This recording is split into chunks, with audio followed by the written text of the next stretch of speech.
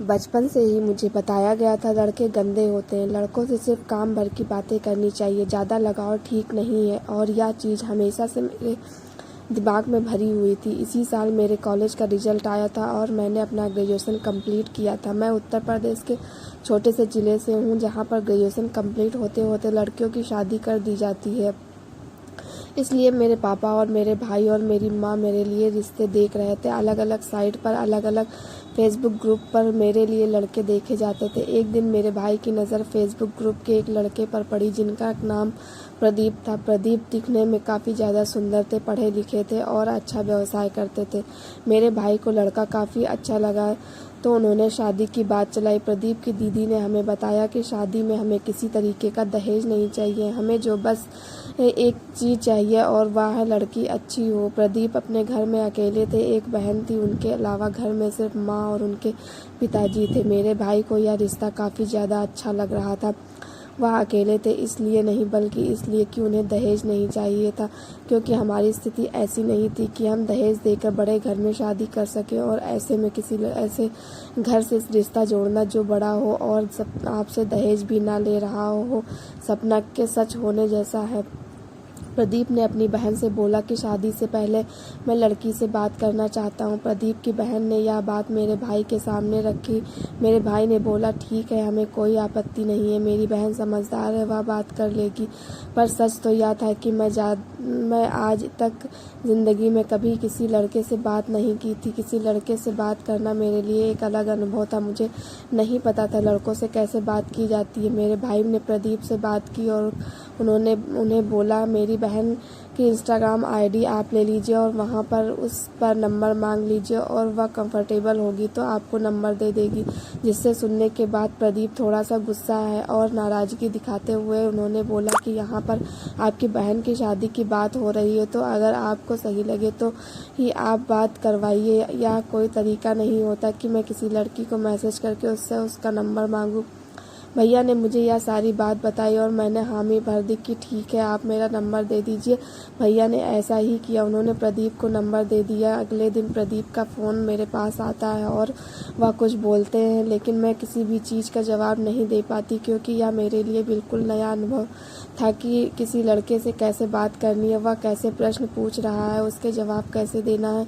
मेरे लिए काफ़ी कठिन कार्य था क्योंकि बचपन से मुझे यह सिखाया गया था कि लड़के गंदे होते हैं, उन्हें सिर्फ और सिर्फ ज़रूरत के समय पर याद करना चाहिए। खैर हमारी बात शुरू होती है। प्रदीप की उम्र मुझे से 7 साल बड़े थे। उन्होंने मुझसे शायद पहली बात यही चीज़ पूछ, पढ़ाई तो पूरी हो गई है, आगे क्या करना है। मेरे पास कोई जवाब नहीं था। मैं उनसे बात करती। पहले दिन तो मुझे अच्छा नहीं लगा लेकिन धीरे धीरे मुझे अच्छा लगने लगा। अब वह समय आता है जब मेरे घर वाले प्रदीप के घर पर उन्हें और उनके परिवार से मिलने जाने वाले थे। अब प्रदीप भी मुझे बात करने के तरीके से काफ़ी ज़्यादा अच्छे लगने लगे थे। मेरा जो कहना था कि लड़के अच्छे नहीं होते वह धीरे धीरे ख़त्म होने लगा था। प्रदीप से बात करके मुझे समझ में आया कि एक ऐसे इंसान हैं जिन्हें खाने से लेकर के सिनेमा तक की हर नॉलेज के, व्यापार करने से लेकर नौकरी करने तक की हर फील्ड की नॉलेज उनके पास भर भर के है।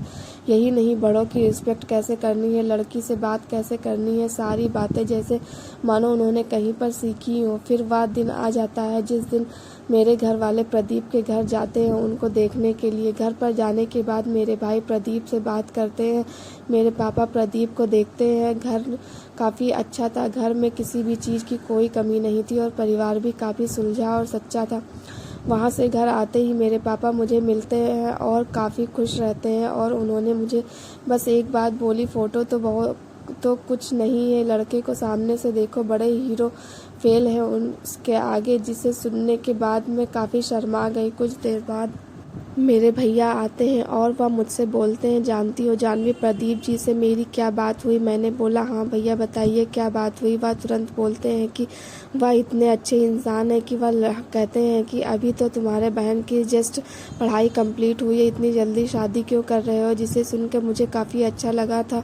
इसके बाद भैया ने बताया कि वो बोल रहे थे अगर तुम्हारी बहन की उम्र की मेरी बहन होती तो मेरी पहली प्रायोरिटी उसकी पढ़ाई करना होता, ना कि उसकी शादी के लिए लड़का ढूंढना। नहीं भैया खुशी खुशी मुझे यह चीज़ बता रहे थे और मुझे भी अच्छा लग रहा था। तभी दूसरे दिन प्रदीप के घर से फ़ोन आता है और प्रदीप की बहन मेरे भाई से बोलते हैं, हम दोनों लोगों का आपके यहाँ आने में थोड़ा वक्त लगेगा, अगर आपको ठीक लगे तो आप और भी जगह पर लड़के देख सकते हैं। मेरा भाई का मन उदास हो गया। उसने यह बात मेरे पापा को बताई। पापा ने भी कुछ नहीं कहा। मुझे भी काफ़ी धक्का लगा। मैंने सोचा कि प्रदीप को फ़ोन करके उनसे बात की जाए कि आखिर बात क्या है, पर मैंने अपने आप को रोक लिया। लेकिन दिन रात मेरे दिमाग में यह बात चलती रहती है, आखिर ऐसा क्या हो गया। फ़िलहाल 1 हफ्ते बाद मैं प्रदीप को कॉल किया और उनसे पूछा कि आपके घर वालों ने मना क्यों किया, जिस पर प्रदीप ने मुझसे कहा, जानवी तुमसे 20-25 दिन बात करके मुझे ऐसा लगा जैसे तुम्हें अभी सोशल चीज़ों को जानने की ज़्यादा ज़रूरत है। तुम्हारे लिए शादी से ज़्यादा ज़रूरी पढ़ाई कर रहा है और समाज को समझना। और अगर तुम एक बार इन चीज़ों को समझ लेती हो और अपनी पढ़ाई आगे रखती हो तो तुम्हें मुझसे कहीं ज़्यादा बेहतर लड़का मिलेगा। मैंने उन्हें बोला, पढ़ाई तो शादी के बाद भी हो सकती है। फिर यह बहाना कि उन्होंने तुरंत जवाब दिया, हो सकता है तुम मुझे गलत समझे, पर मेरी भी एक बहन है, वह भी आगे पढ़ाई करना चाहती थी और पर उसकी शादी कर दी गई और हर बार एग्ज़ाम में 1 या 2 नंबर से उसकी रैंक रुक जाती। वह कितनी भी कोशिश करती, ससुराल वालों के सामने उसे काम करना ही पड़ता था।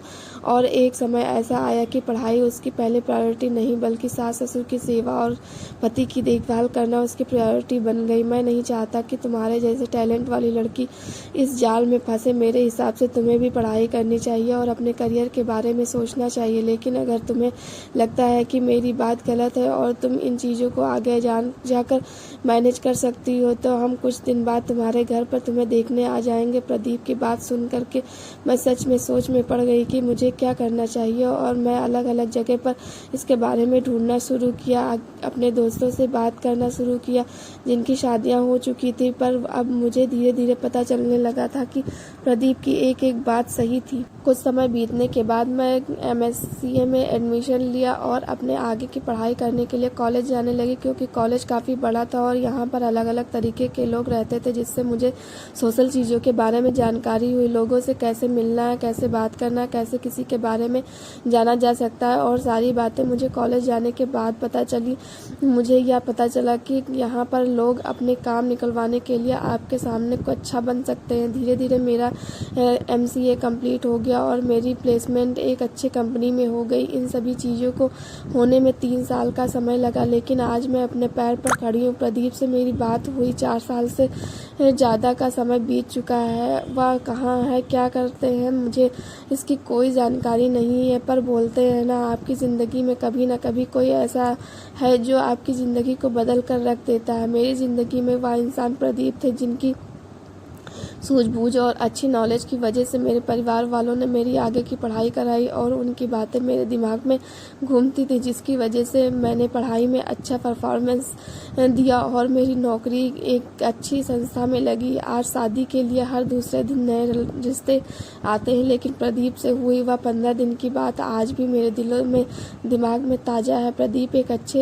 एक ऐसे शख्स थे जिन्होंने मेरी ज़िंदगी बदल कर रख दी। एक लड़की जिसकी शादी हो जाती है और वह घर की जिम्मेदारियां में व्यस्त रहती है, उन्होंने मुझे एक इंडिपेंडेंस, पैसे कमाने वाली और सोशल चीज़ों को समझने वाली लड़की में बदल कर रख दिया। यदि आज प्रदीप मुझे मिलते हैं तो मैं उन्हें गले लगाकर शुक्रिया अदा करना चाहूँगी। और वह कहाँ हैं, क्या कर रहे हैं, किसके साथ है, मुझे इसकी कोई जानकारी नहीं है। कभी कभी मुझे लगता है कि भगवान ने प्रदीप को मेरी ज़िंदगी में सिर्फ इसी मकसद के लिए भेजा था कि वह मकसद पूरा हो गया और वह फरिश्ता भी हमसे दूर चला गया। हमारी कहानी इस पेज के माध्यम से मैंने यह स्टोरी आप लोगों तक शेयर की है।